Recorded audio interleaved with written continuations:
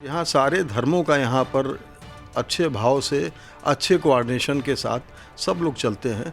हम नहीं समझते कि ये अगर कुछ लोग इसको इस तरह से चला रहे हैं तो ये हनुमान चालीसा वर्सेस अजान का कोई मतलब नहीं है। ये उनके अपने धर्म के अपने नियम हैं, तो वो अपने हिसाब से करते हैं। और हनुमान चालीसा का हम लोग का अपना नियम है। और हम लोग को अपने धर्मशास्त्र में कभी कोई चीज़ें दिक्कत आती है तो हमारे लिए शंकराचार्य महाराज ही हैं। तो अगर किसी को कहीं कोई दिक्कत आ रही है तो आपको पदेन शंकराचार्य जी हैं, आप उनसे जाके बात करिए। उसके लिए आपको कोर्ट में मामला आप वहाँ से अनुरोध कर सकते हैं, तो उसका एक दिशा निर्देश होता है। लेकिन ये देश देखिए संविधान से चलता है और सबको अपनी धर्म की आज़ादी है। और आप ऐसा कुछ नहीं करिए कि जिससे दूसरे को दिक्कत हो।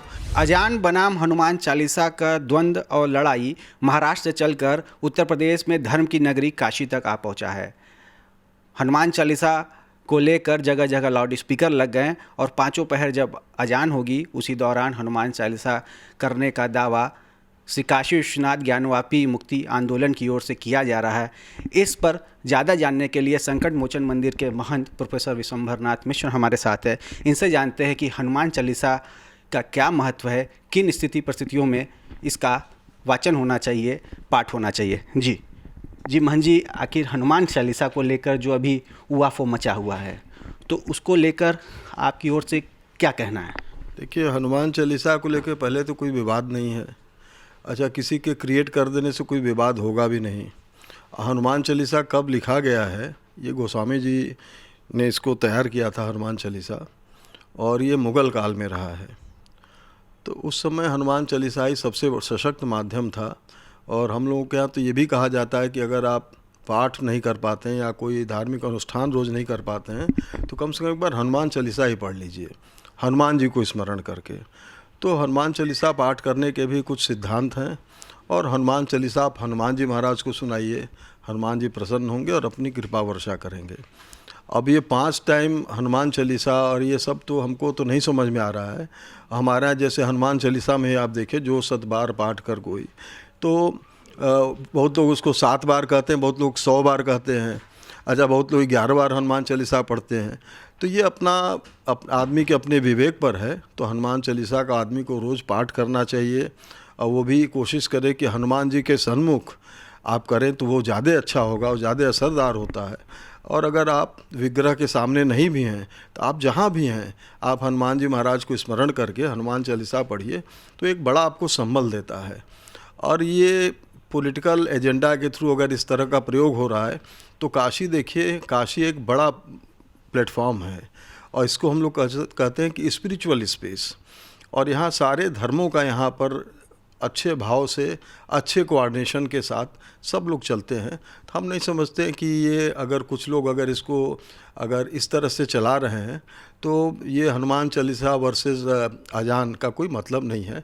ये उनके अपने धर्म के अपने नियम हैं, तो वो अपने हिसाब से करते हैं। और हनुमान चालीसा का हम लोग का अपना नियम है।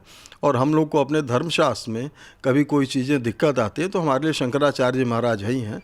तो अगर किसी को कहीं कोई दिक्कत आ रही है तो आपको पदेन शंकराचार्य जी हैं, आप उनसे जाके बात करिए। तो हमारे ख्याल से अभी ये जो हो रहा है, किन कारण से हो रहा है, किस उद्देश्य से हो रहा है। कारण ये बताया जा रहा है कि अजान की आवाज़ बहुत ज़्यादा है और सुप्रीम कोर्ट की गाइडलाइन की अवहेलना जब वो कर रहे हैं और उन पर रोक नहीं है तो हम भी हनुमान चालीसा के जरिए लाउड स्पीकर लगा आपके यहाँ कोर्ट एक बड़ा भारी माध्यम है। और जब चीज़ें लोग नहीं सुन पाते हैं तो उसके लिए आपको कोर्ट में मामला आप वहाँ से अनुरोध कर सकते हैं। तो उसका एक दिशा निर्देश होता है। लेकिन ये देश देखिए संविधान से चलता है और सबको अपनी धर्म की आज़ादी है। और आप ऐसा कुछ नहीं करिए कि जिससे दूसरे को दिक्कत हो। आप अपने धर्म का अनुसरण करिए, वो अपने धर्म का अनुसरण करे। लेकिन गुरुजी, अगर इतनी समझ होती तो वो ये ना कहते हैं कि शांति और सद्भाव के ठेकेदार सिर्फ हिंदू नहीं हैं, मुसलमानों को भी होना चाहिए। भाई, ऐसा है कि ये कौन कह रहा है, क्यों कह रहा है, मैं उसका जवाब तो हम उसके कोई स्पोक्स पर्सन तो नहीं है। लेकिन हमको जो समझ में आ रहा है कि ये इस देश का स्वरूप बहुत विराट है। अच्छा, बनारस को तो हम लोग कहते हैं कि पूरे भारत का ये प्रोटोटाइप मॉडल है, जहाँ सारे धर्म के लोग एकदम अच्छे से अपना अपने अपने धर्म के हिसाब से अपना धर्म का अनुसरण करके लोग रहते हैं और अच्छे कोऑर्डिनेटेड वे में हैं। अगर कुछ लोग ये किसी मिशन से कर रहे हैं तो ये उसका जवाब वही दे सकते हैं अच्छे से, हमको तो नहीं समझ में आ रहा है। और बनारस का देखिए कद बहुत बड़ा है, इसीलिए इसको कहा गया है कि ये स्पिरिचुअल स्पेस है, केवल धर्म की नगरी नहीं है ये, मतलब उससे भी कहीं बड़ा इसका कैटेगरी है। और यहाँ तो साक्षात ये शिव जी का वो है, और कहा गया है कि जिसके कोई नहीं उसके तो शिव जी उसके माँ बाप हो जाते हैं। तो शिव की नगरी है और शिव की नगरी शिव जी के नाम से ही जानी जाएगी। इन सब विवाद से इस शहर का कोई मतलब नहीं है। ये जैसे आया है आंधी तूफान उसी तरह वो चला भी जाएगा। और हमारा तो अनुरोध है कि हनुमान चालीसा अगर आपको मौका मिले तो जहाँ भी आपको हनुमान जी का विग्रह मिले उनके सामने हनुमान चालीसा पढ़िए तो उसका आपको लाभ भी होगा। ठीक है गुरुजी, लेकिन जिस तरह से जिन परिस्थितियों में ये कर रहे हैं तो क्या एक धर्म के जानकार होने के नाते आप सही नहीं मानते कि हनुमान चालीसा का पाठ इस ऐसी परिस्थितियों में इस तरीके से होना चाहिए जैसे आपने बोला 7 बार हो 11 बार हो? भाई हनुमान चालीसा गोस्वामी जी ने किसी उद्देश्य से लिखा था, तो उस उद्देश्य को लोग समझें कि वो क्यों है, वो हमारे आपके फ़ायदे के लिए है। तो आप हनुमान जी के आराधना में उपासना में आप अगर हनुमान चालीसा पढ़ो तो उसकी बात समझ में आती है। अच्छा, अगर आपको किन्हीं चीज़ों से दिक्कत है तो उसके लिए आपके पास कोर्ट का माध्यम है, सब माध्यम है, आप उनसे वो कर सकते हैं। लेकिन ये किसी के काट में अगर आप हनुमान चालीसा का प्रयोग कर रहे हैं, हनुमान चालीसा इसके लिए नहीं। आप हनुमान चालीसा को कृपा करके विवाद में मत रखिए। और हम समझते कि हिंदू धर्म में बहुत से लोग हैं जो इस तरह का, जो उनके पास पांडित्य परंपरा का उस तरह का नहीं वो है जानकारी और ज्ञान नहीं है, तो वो अपने को समझते हैं कि हम अगर इस धर्म में हमें रहना है तो कम से कम चलो हनुमान चालीसा का पाठ करके ही हम अपना पूरा करेंगे, और भगवान उसकी सुनते भी हैं। तो हम तो हनुमान चालीसा को एक बड़ा सशक्त माध्यम मानते हैं कि अपने को वो एक तरह से कॉन्फिडेंस देता है और भगवान के प्रति एक पूरा समर्पण भी बताता है, और हनुमान जी महाराज कृपा भी करते हैं। गुरुजी, ये जानना चाहेंगे कि जिस तरह से हनुमान चालीसा का पाठ, जैसा आपने बोला कि 7 बार या 11 बार होना चाहिए, यहाँ पर 5 बार किया जा रहा है, नियम से क्या यह सही है जो अभी हो रहा है? भाई हम तो अपने धर्मशास्त्र की बात करेंगे, जो 7 बार पाठ कर कोई, एकदम साफ साफ लिखा है।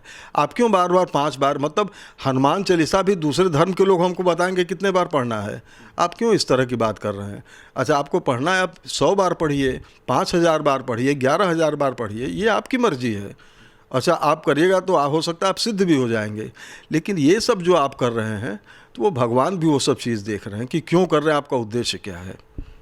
तो ये थे हमारे साथ संकट मोचन मंदिर के महंत प्रोफेसर विशंबर नाथ मिश्र, और ये भी कह रहे हैं कि इस तरह से हनुमान चालीसा का पाठ नहीं होना चाहिए, और भगवान भी खुद ऐसे लोग को देख रहे हैं। रोशन जायसवाल, वाराणसी, यूपी तक।